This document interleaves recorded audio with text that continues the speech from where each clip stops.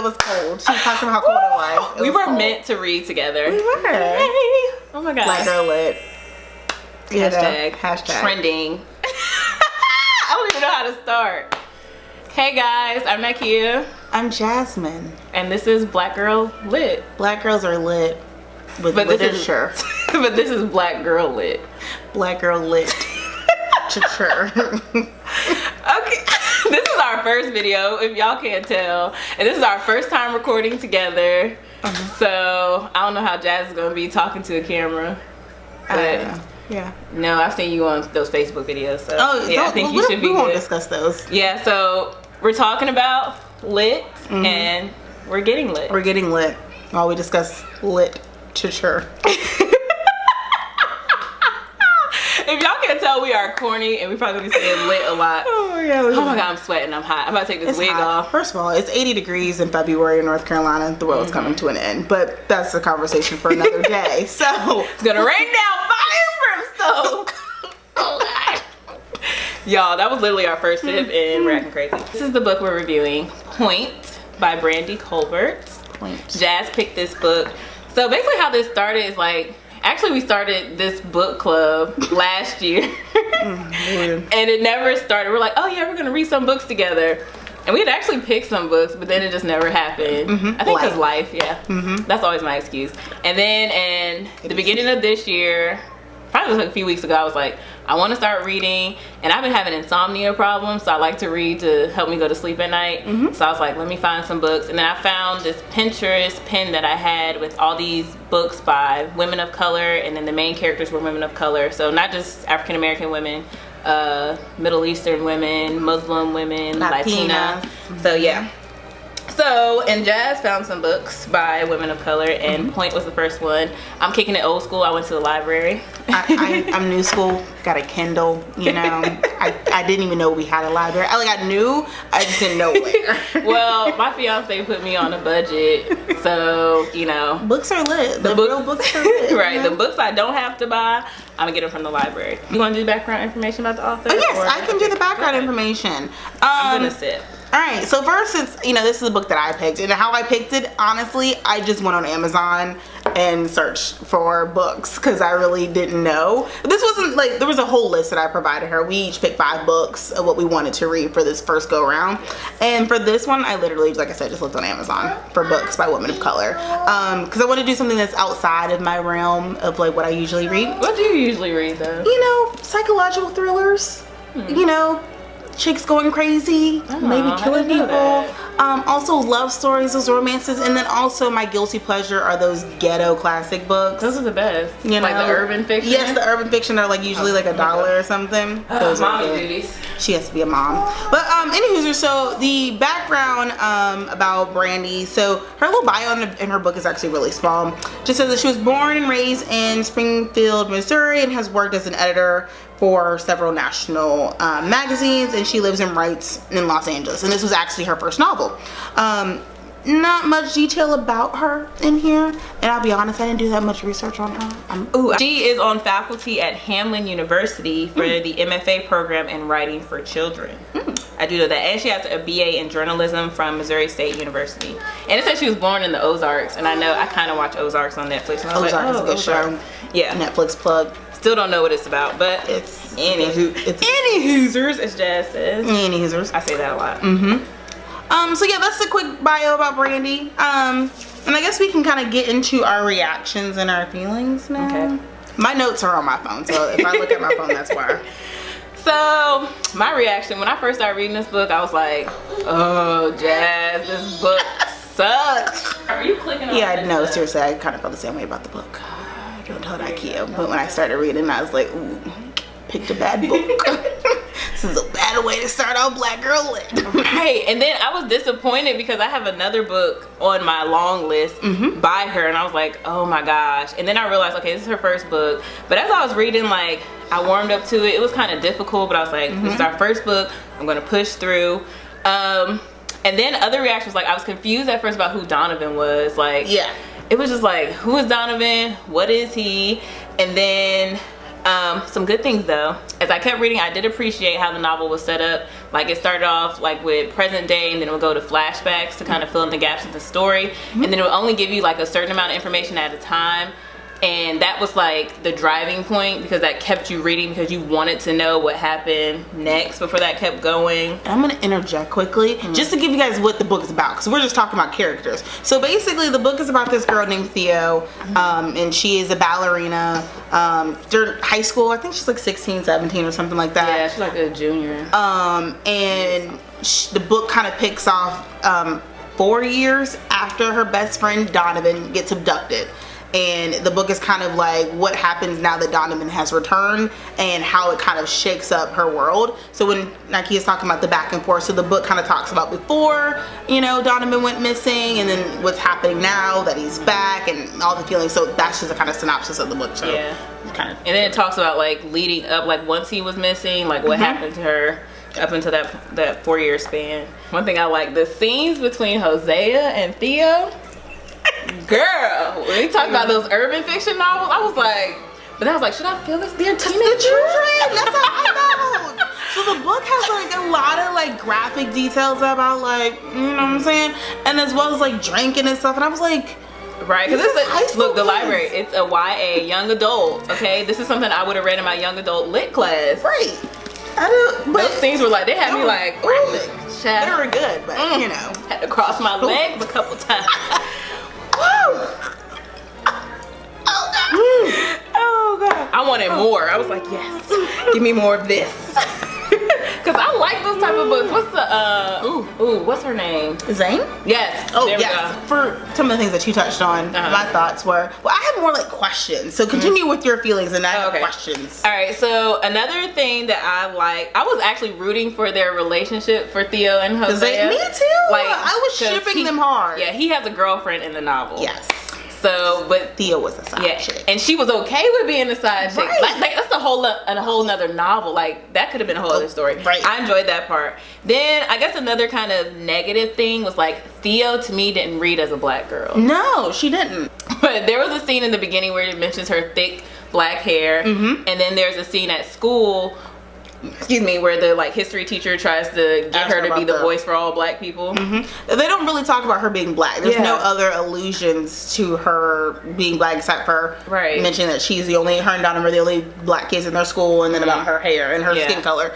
And they briefly touched about her skin color, but other than that, I didn't really see. I wish they would have done more. Like, and then there's references to Misty Copeland. Yeah. But I just wish they would have done more, because for me, like I study children's lit in school, and then I want to study like African American children's literature. So representation matters. It's important, and like you want to be able to see yourself in literature. So I'm glad that there's a black female lead, but I think that should be more at the forefront. I know that's not the main thing, but we need to know that she is black. Yes, and I think just kind of going into what I was talking about, like my thoughts were for her to be a black girl and also be really prevalent in ballet. So like Theo's really trying to go and become this big star ballerina, so much. She was like the top ones in her class. Yeah, she was the top one in her class. Her teacher was going to try to put her in like the summer intensive so she can be looked at by, you know, dance schools. And I think they could have talked a little bit more about how there aren't that many girls of color in professional ballet, and kind of touched on that and how that could be a big thing for her. But like you said, they didn't. Yeah, and I feel like dancing or ballet was like kind of one of the driving points, because that kind of led to like all the other issues in the novel, I think. Okay. I think that's all my feelings. So you said you have questions. I got questions. Questions that need answers. Questions that need answers. So just to give you a little bit more background. So as you read in the book, later you find out that Donovan is kidnapped by Theo's ex-boyfriend type. Woo! Yes. So Theo was 13 when she met this man. His name was Chris.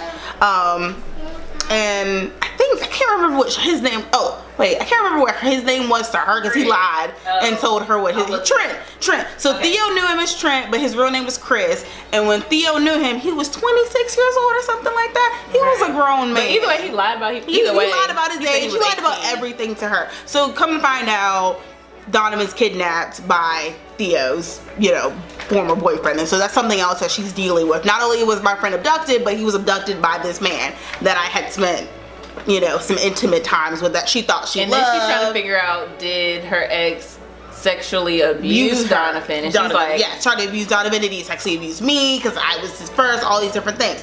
So my question for that was Chris kind of grooming Theo initially before he took Donovan? Like, you know how like people who are I guess child molesters, they like prepubescent children. Was he going after Theo because she was prepubescent? But that's a good question, because she was also extra small because of ballet. Like, she always referred to how she had no shape, she didn't have any breasts, she didn't have a butt, she didn't have any type of figure. So I think that drew him even more to her. And maybe maybe the guy, what's his name, Trent Chris, wanted a boy anyway. Yeah. And he just went after Theo because that was easy, and I feel like that probably got him close to Donovan. So was he using Theo to get to Donovan? Which I think probably he was. Yes. So then my other thing that one of my thoughts is in the question. I would have loved to see Donovan's side of the situation. We didn't really talk about, like, we talked about Donovan in the book, and she alluded to him, but the whole book is told from Theo's perspective, and we never really find out what happened to Donovan during those 4 years that he was gone. It's alluded to. It's alluded to, but Donovan never really speaks. I don't think Donovan actually says a word until the end of the book. So I would have loved to get some of his perspective and heard the story from what he was dealing with, what he went through from his side. I think that would have been good. Right, because it's like his parents got divorced, his mom like totally went off the deep end. In my mind, she looked like a crackhead. She probably did look like a crackhead. That's how I described her. Walking around in the bathrobe, answering the door through the crack. Not really talking to people. She's probably a crackhead. And then I also was like, so when I was reading the book and I heard they started describing Chris or the abductor and how he kind of had possibly brainwashed Donovan, no one really knows. And I immediately thought about like the R. Kelly situation and like the surviving R. Kelly and how he was kind of like, I haven't watched it yet, I've only heard about it, but go ahead. Or how like he was kind of like possibly grooming Donovan, because no one really knows. People keep making jokes and alluding to the fact that, you know, they saw videos of Donovan after he was abducted and he seemed happy and was having fun, and they're like, no, it looks like he probably went willingly. But I'm like thinking that could be like a brainwashing thing. And if you've watched, you know, Surviving R. Kelly, they talk about how R. Kelly has allegedly brainwashed some of his girls. Even told me that he made one girl like get tattoos and cut her hair and wear men's clothes. Yeah, so one of the girls, Dominique, she was already a little bit more tomboyish, but then once she kind of went into the harem for R. Kelly, he made her cut her hair and she became a boy, essentially. So then that's what I was kind of thinking. So when you see her in public, or you see, you know, Dominique or the other girls on like TMZ videos, they seem really, really like, oh no, we're down for R. Kelly. They seem happy, but like on the inside they could be like screaming. So I was the kind of thinking about that could have been something that similarity for within the book and how it kind of tied in. And then also I was wondering, well, not really wondering, I was interesting to see, like, we don't talk about like eating disorders within the Black community that much. Right. So throughout the book, especially not anorexia or bulimia. You think of overeating in the Black community. Correct. We have more obesity within the Black community than we do like the bulimia and anorexia. So within the book, that's one of the themes as well. Is Theo, she's dealing with some anorexia. But I don't even know, like, I guess there's different types of anorexia, and I haven't done research on this, because she was like, there was that one part where she had colors for each day. She would eat certain colors.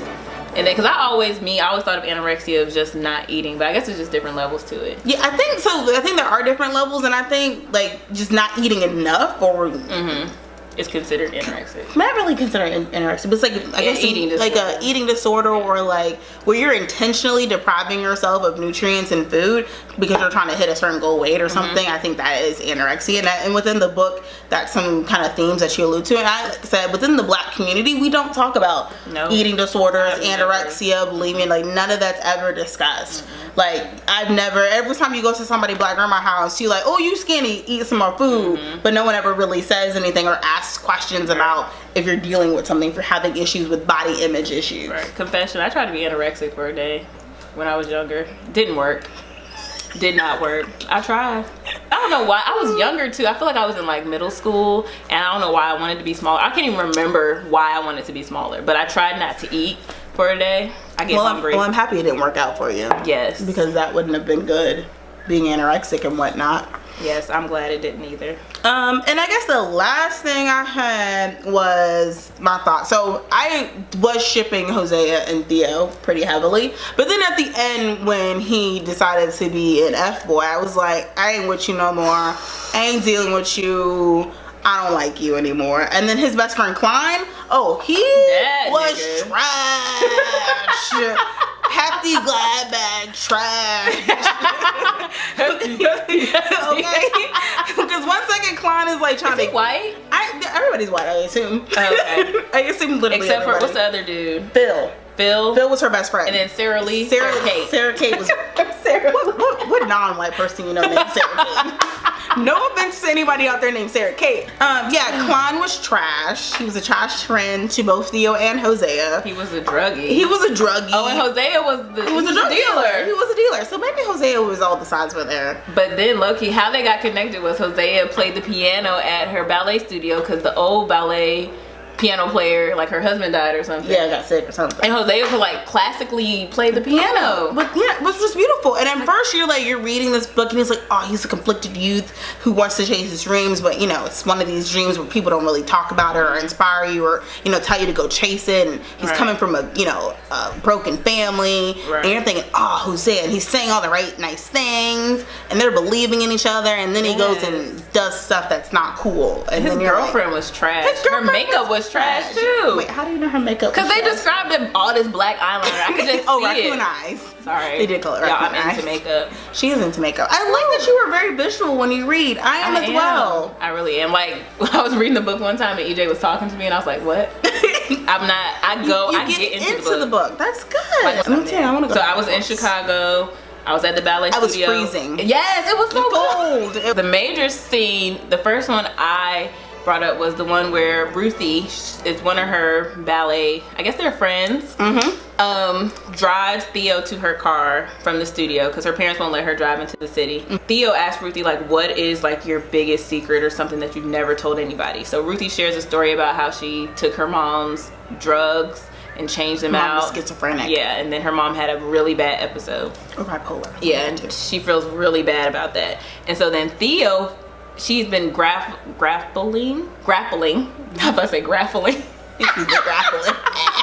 She's grappling. Whatever. She's fighting. Struggling. I had it right the first time. She's been struggling with whether or not to tell somebody about Chris because like they caught him and they have to go to trial and all this stuff. And she finally tells Ruthie about her relationship with Chris. And then Ruthie was like, oh, I'm so sorry. And Theo was like, what are you sorry for? And she was like, Ruthie goes, you were raped. Yep. And Theo was like, no, I wanted this. I loved him. I cared about him. And in that scene was kind of like, oh my God to me. Like, one, I felt relief because she finally told somebody. And then I kind of felt like, oh, she was raped. Because reading the book, I knew, okay, she was 13, he was 18. I knew that was statutory rape. But when I was reading the book, she approved of it. She was happy with it. And I was like, okay, I guess it was okay. And I was kind of put in her mindset. And so when that scene happened, it was like a big reveal for me. And I really felt relieved when that happened. And I kept thinking like, is she gonna tell her? Is she gonna tell her? And it's like you're turning this page and Ruthie's telling this long story and you're like, oh my God, is Theo gonna tell her? Is Theo gonna tell her? And I thought that was just like a really good scene. And that kind of like, that just kind of broke everything for Theo.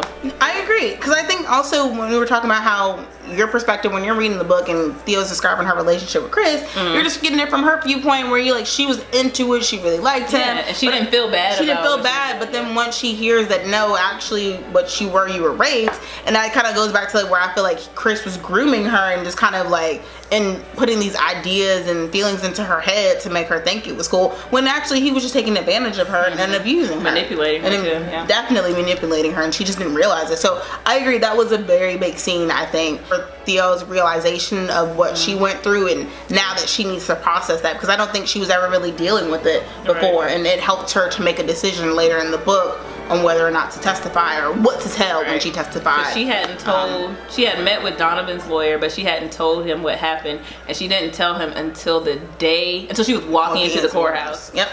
That scene, that was another one. Like her testimony. Her testimony was really like, I'm proud of her for doing it, because you have to testify. You also have to look at, you know, what you have now realized was your abuser, and tell the story.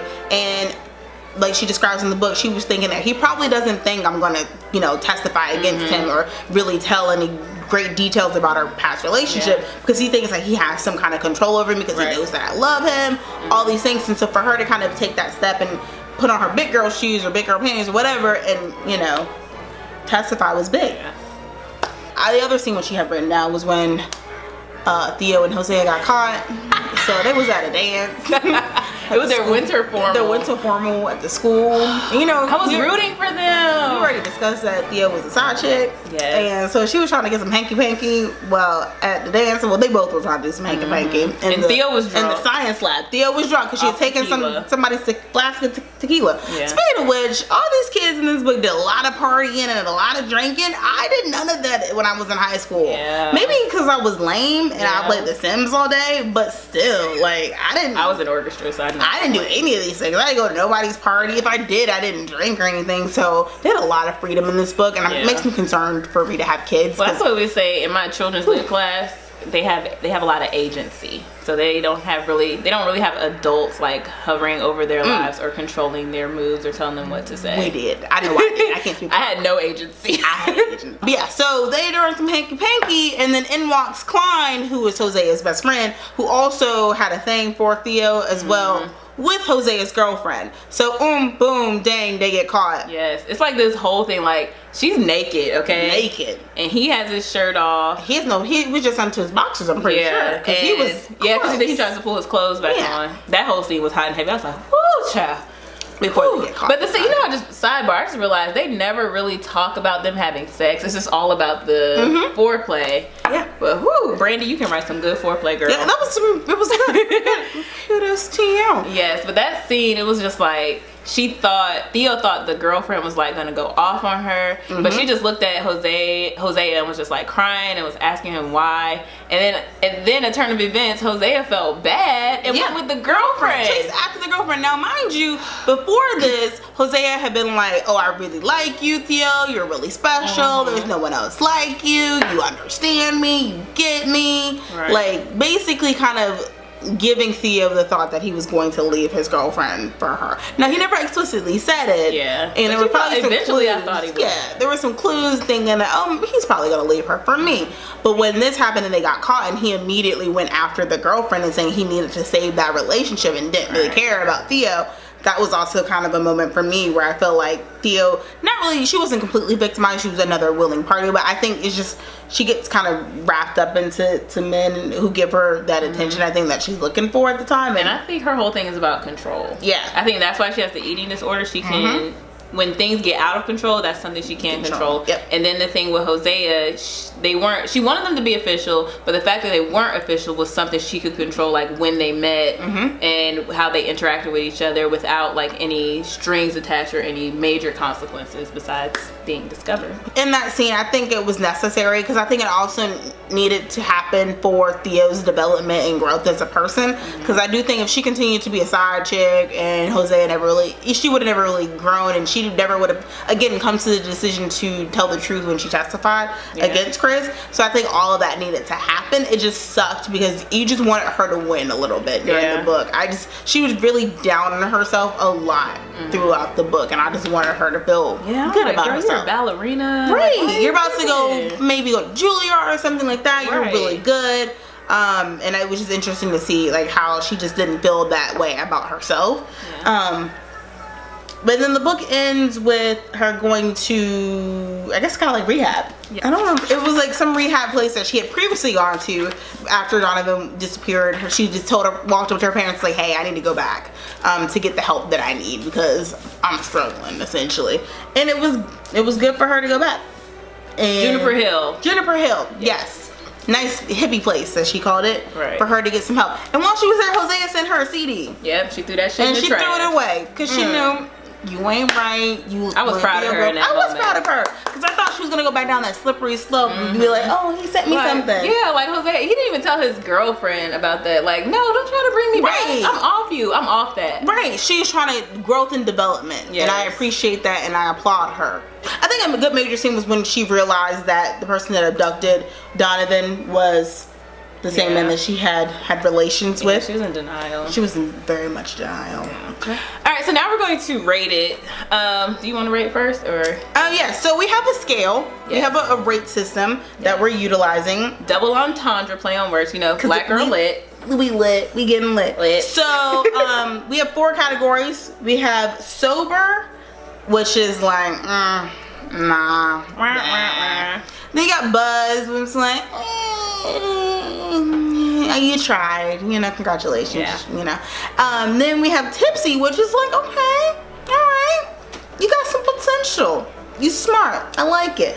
And then you got Lit, which was like, that is the best book I've ever read in my life. Hey. Turn that thing into a movie. Black girl Lit. So, I personally, you know, when I first started reading the book, it was sober. And I'm gonna be honest, when I first started reading it, it was sober. Then it got a little buzz. I would say it ended as a Tipsy. For me personally, it ended as a Tipsy. Definitely not Lit. I think it's when it kind of came around the scenes with Theo telling Ruthie about her being raped, and then also when they got caught, I think that would kind of tip the scale a little bit more in the Tipsy range instead of keeping it in Buzz. Had those scenes not happened, or the way they were described not been described the way that they were, it probably would have stayed on the Buzz side. But since they had in the way that it was written, I would say it kind of tipped over a little bit to the Tipsy side for me. All right, so my feelings towards the book. Okay, so like Jazz said, my sentiments are similar to hers. It was sober when it first started. It wasn't even like around the ABC store. It was still at home, sitting on the couch. And I will agree, I'm gonna give it a Tipsy rating. Like, it was Tipsy. Like, it wasn't like Lit. I'm not gonna be like, oh my god, y'all have to read this book. Like, there have been books that I've read and I'm like, it changed my life. Everybody needs to read this book. It's just, you just need to read it. This one is not that. It's a good read. And then I kind of give her a little extra because it's her first novel. Yeah. So that's why I give her a Tipsy. And I will also say I felt really good at the end of the novel. It has some resources for all the issues that they discussed, and I thought that was pretty lit. That's pretty. That is lit. I think that is good to give people resources, especially if you're reading it and something resonates with you. That was good. So like for child abduction, child abuse, eating disorders. I thought that was very responsible of the book. I appreciate that. But yeah, so I guess we have a consensus. It's a Tipsy book. It's a Tipsy. So y'all should read it. Check it out. Yes. You know, let us know what you think. Let us know. Drop down a comment below. Subscribe to her channel. Yeah, so we're putting this on my channel right now. But you know, if we start blowing up and getting all these views, we're just going to have to make a separate Black Girl Lit channel. So, because we reading that literature. I keep adding an extra syllable to getting lit. Shirts already. Ooh. Also, we're wearing, you know, because it's February, Black History Month, Wakanda forever. Forever. The next book that we're reading is called The Bells. She's going to show you again. Once again, I am in 2019 when I read books, and she is shade. Sip some tea on her. But yeah, no. The next book that we're currently reading is called The Bells. Who was the book by? I should probably know that. Danielle Clayton. By Danielle Clayton. And yeah, we will be describing this one, talking about this one in the next video, The Bells. Yes, and y'all can go ahead and start reading this with us. This one's a little bit longer. Read it with us. And this was my pick. I like fantasy. Yeah, so we're gonna probably do swaps, my pick, her pick, just kind of bounce back and forth. Maybe y'all can pick some books for us. Yes, if you have any suggestions. Okay. Again, I know we said in the beginning that the focus that we were looking at African American women or women of color, or African American authors, male too. You know, we also have some books by Asian people too. We do. So, but I'm just saying. So, if you have any book, we're open. It doesn't even have to be within those parameters. If you just know of a good book, just let us know. But yeah, so thank you for watching. I guess I don't know how to end. I don't know what I'm doing. I'm new to this YouTube world. I'm just gonna sit back and let her take over. But that's it for today, y'all. I hope y'all enjoyed this book review. Let us know, like we said, drop comments below. What do you think about the review? What do you think about the book? If you have read it, do you plan on reading it? We'll be back with another one. Maybe we could get like 2 of these a month because we read pretty fast. Yeah, you know. If y'all want to send us books, send me a book for free. Yes. Give us some Amazon gift cards so we can buy continue reading, because reading is fundamental. Right. I'll put our cash apps below. Cash at me. I'll read your book. Right. And we'll put, you know what, make a little wish list on Amazon. Yes. I'll put the link below for that too. I already got books on my wish list. I have a wish list. It's called Black Girl Lit. Hey. Because we're trying to get more books. Woo, but that's it, y'all. We'll be back with another read later. I don't even know how we're going to end this. Maybe we'll come up with a catchphrase. We'll come up with something. This is the first one. This is the inaugural. Not the first annual, but the inaugural. But I think we did a good job. Yeah, we did. High five us. Peace out, y'all.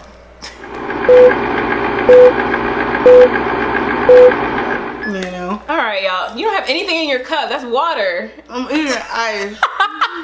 It's hot. Yeah, we drank all our drink. Drank all our drink. We drank all our drink. Cause black girl lit.